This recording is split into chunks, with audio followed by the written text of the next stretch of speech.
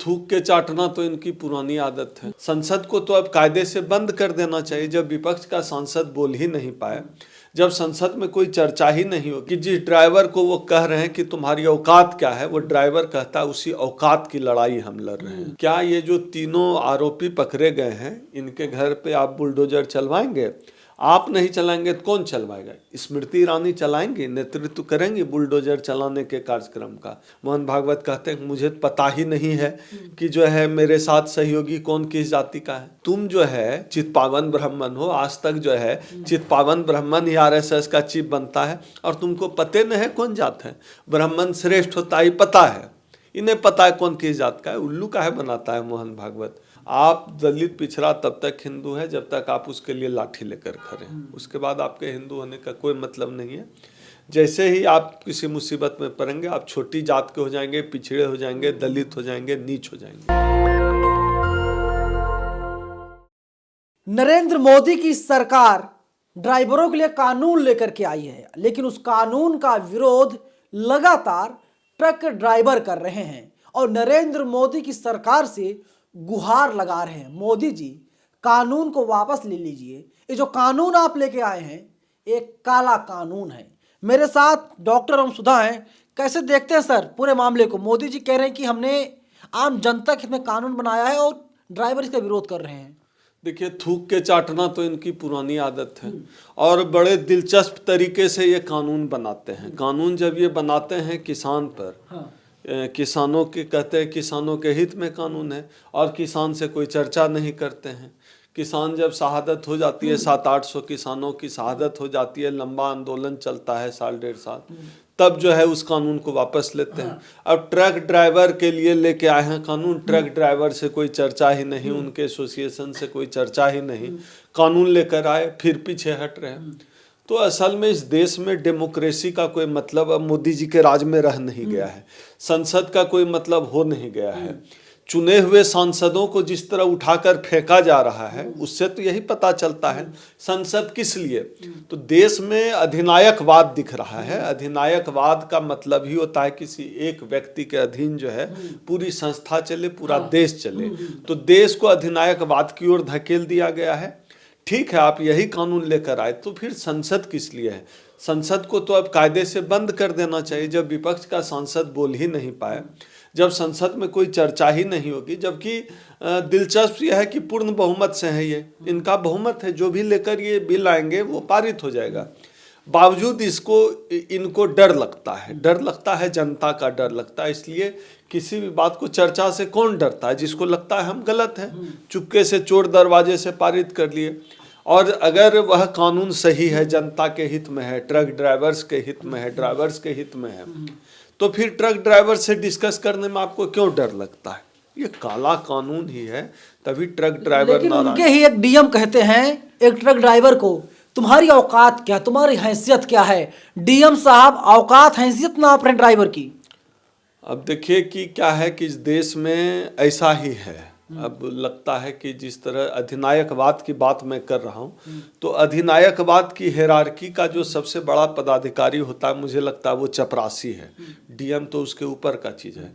तो प्रधानमंत्री अपने स्तर पे प्रधानमंत्री के तौर पे अधिनायकवाद कर रहे हैं, जिलाधिकारी अपने ही स्तर पर अधिनायकवाद कर रहा है। लेकिन सबसे जो दिलचस्प वीडियो में जो दिख रहा है मामला, वो ये दिख रहा है कि जिस ड्राइवर को वो कह रहे हैं कि तुम्हारी औकात क्या है, वो ड्राइवर कहता है उसी औकात की लड़ाई हम लड़ रहे हैं। तो यह उस ड्राइवर की आवाज़ के तौर पर मत देखिए, यह इस देश के लोगों की आवाज़ है और प्रधानमंत्री जी को उस ड्राइवर की भाषा को समझना चाहिए। इस देश में अब सीधे तौर पे जब से लोकतंत्र कमज़ोर हुआ है, डेमोक्रेसी ख़त्म कर दी है, तमाम संवैधानिक संस्थाओं को जब से पंगु बना दिया गया है, तब से इस देश में लड़ाई सत्ता बनाम जनता के बीच की लड़ाई हो गई है। तो जनता अपने पक्ष में अब इसी तरह से उठ खड़ी हो रही है। उसके जवाब को प्रतीक के रूप में लेना चाहिए कि औकात की लड़ाई है। अब इस देश में देश के संविधान को बचाने की लड़ाई है, क्योंकि औकात संविधान तय कर रहा है और ये संविधान न मानने वाले लोग हैं।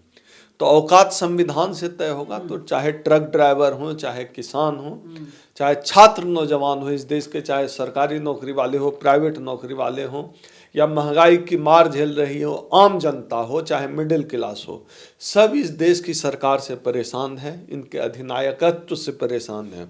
अब इस देश की जनता अपना हक मांग रही है, अपना खोया हुआ जमीर खोज रही अरे है। कौन मांग रहा है? राम मंदिर जनता मांग रही है। मोदी ने जनता को राम मंदिर दे दिया। देखिए क्या है कि अब राम मंदिर से इस देश की जनता को क्या मिलेगा, ये तो जनता खुद सोचे। जिनको राम मंदिर से उम्मीद है कोई कुछ मिलेगा, हमें तो लगता है कि रोजगार चाहिए, नौकरी चाहिए, अर्थव्यवस्था दुरुस्त रहनी चाहिए, हर हाथ को काम मिले, महंगाई कम हो, तेल जो है सस्ता मिले, डीजल पेट्रोल सस्ता मिले, पूरे देश में रोजगार के अवसर उपलब्ध हों, केंद्रीय विश्वविद्यालय खुले, विश्वविद्यालय में शिक्षक हों। क्या करेंगे विश्वविद्यालय खुलवा करके? वहां पर गैंगरेप किया जाएगा। आपने देखा बेच्चू का केस, तीनों बीजेपी के नेता गिरफ्तार किए गए हैं।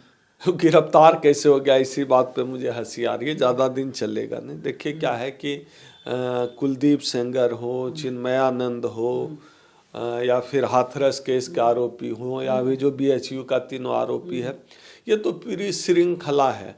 अब ये लोग इतने सेक्सुअली फ्रस्ट्रेट क्यों हैं, ये आरएसएस बीजेपी वाले, ये तो कोई और सामाजिक अध्ययन करने वाला ही बताएगा कि इतने जो संघ शाखा से जुड़े लोग हैं सेक्सुअली फ्रस्ट्रेट क्यों होते हैं। वहाँ जो नियम कायदा है महिलाओं से दूर रखने का, उस पर थोड़ा सुधार करने की मुझे लगता है ज़रूरत है। अब सत्ता का संरक्षण है तो है, अब बीजेपी के हैं, सरकार है। देखना ये दिलचस्प होगा कि इसके घर पे बुलडोजर कौन चलाएगा। इनके घर पे बुलडोजर क्या? योगी आदित्यनाथ जी, आपसे मैं नेशनल दस्तक के माध्यम से पूछना चाह रहा हूँ, क्या ये जो तीनों आरोपी पकड़े गए हैं, इनके घर पे आप बुलडोजर चलवाएंगे? आप नहीं चलाएंगे तो कौन चलवाएगा? स्मृति ईरानी चलाएंगे, नेतृत्व करेंगे बुलडोजर चलाने के कार्यक्रम का।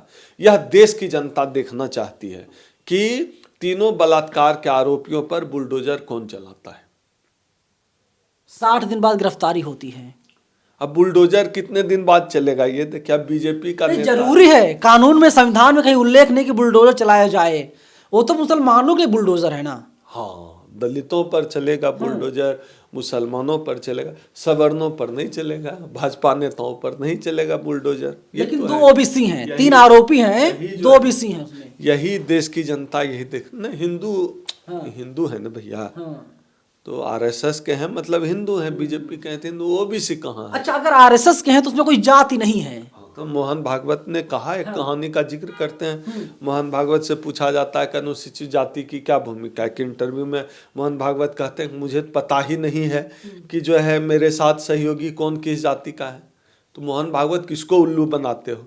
तुम जो है चित्पावन ब्राह्मण हो, आज तक जो है चित्पावन ब्राह्मण ही आरएसएस का चीफ बनता है, और तुमको पते नहीं है कौन जात है। ब्राह्मण श्रेष्ठ होता ही पता है, इन्हें पता है कौन किस जात का है। उल्लू काहे बनाता है मोहन भागवत? तो जाति ही सब कुछ है इस देश में, जाति के आधार पर चीजें तय होनी है। आप दलित पिछड़ा तब तक हिंदू है जब तक आप उसके लिए लाठी लेकर खड़े हैं, उसके बाद आपके हिंदू होने का कोई मतलब नहीं है। जैसे ही आप किसी मुसीबत में पड़ेंगे, आप छोटी जात के हो जाएंगे, पिछड़े हो जाएंगे, दलित हो जाएंगे, नीच हो जाएंगे। मध्य प्रदेश में जाते हैं ये आरोपी और वहां पर चुनाव प्रचार करते हैं भारतीय जनता पार्टी के पक्ष में। अगर कोई आरोपी मुसलमान होता या उसका संबंध आरएसएस बीजेपी से ना होता, क्या होता? क्या कल्पना करते हैं आप? राम राज्य है। राम राज्य में जो आरएसएस से जुड़ा है उसका क्यों कोई बिगड़ेगा? हत्या कर दे, बाल बांका नहीं हो सकता। टेनी का केस देखा ना हमने, तो बाल बांका क्या स्वागत होगा जब जेल से निकलेगा ये। तो आप मुझे ये भी देखना कौन कौन सांसद विधायक और भाजपा का मंत्री माला लेकर जाएंगे स्वागत करने। बिल्किस बानो में देखा ना, बलात्कारियों का स्वागत किया गया ना फूल माला लेकर, तो स्वागत होगा उनका फूल माला से। राम राज्य है ये तो। लेकिन टीवी वाले कह रहे हैं कि नरेंद्र मोदी की सरकार में, योगी जी की सरकार में, कोई कितना बड़ा क्यों ना हो, सजा सबको मिलती है जो गलत करता है। अगर सपा सरकार होती तो शायद इन लोगों को सजा नहीं मिलती, ऐसा तमाम टीवी के पत्रकार कह रहे हैं। अगर बराबर मिलती है तो 60 दिन बाद अरेस्टिंग क्यों?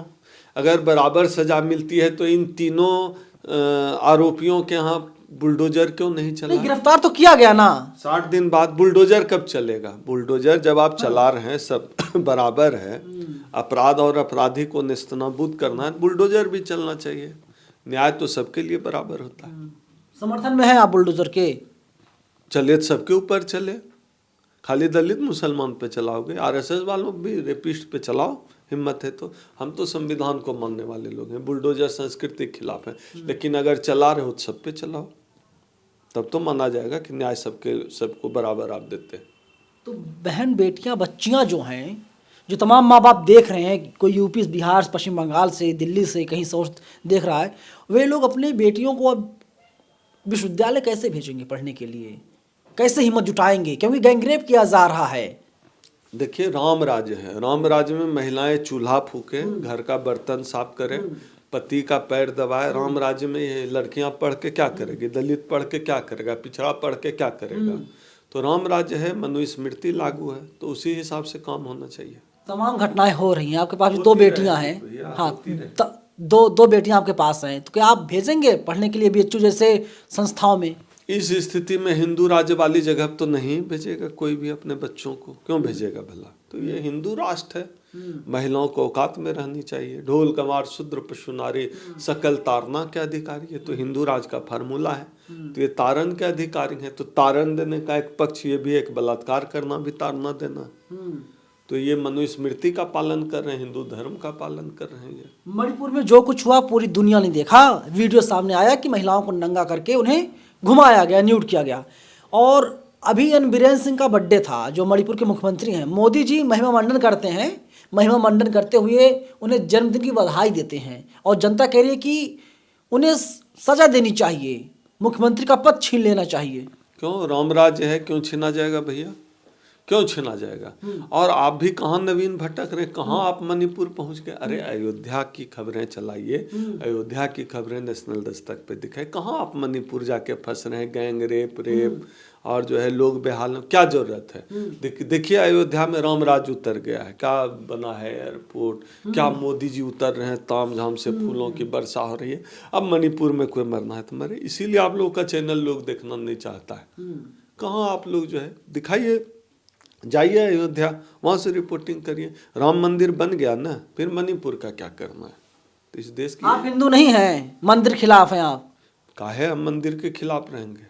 हम तो पैदाइशी हिंदू हैं, भले अब हम बौद्धिस्ट हो गए तो हम तो पैदाइशी हिंदू हैं, क्योंकि हमको अपने औकात पता है।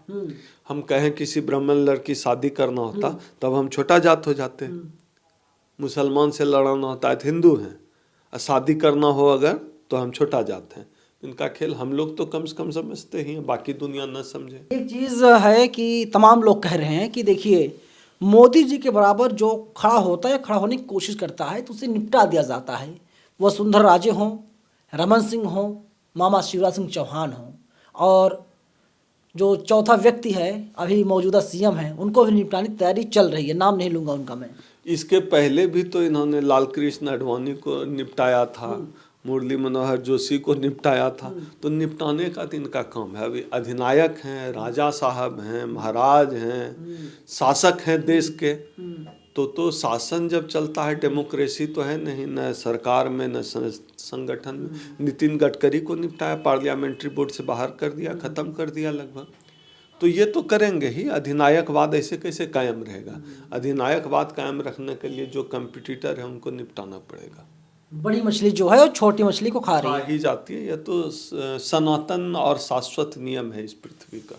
चलिए, मत्स्य राजनीति हमारे देश में लगातार जारी है, और जो बड़ी मछली है वो छोटी मछली को खाने की कोशिश लगातार कर रही है। आप यूँ कह सकते हैं कि बड़े नेता छोटे नेता को निपटाने पर लगे हुए हैं। कहीं ऐसा ना हो कि जो छोटा नेता है बड़े नेता के बराबर के कद का हो जाए, या फिर उनसे आगे निकल जाए।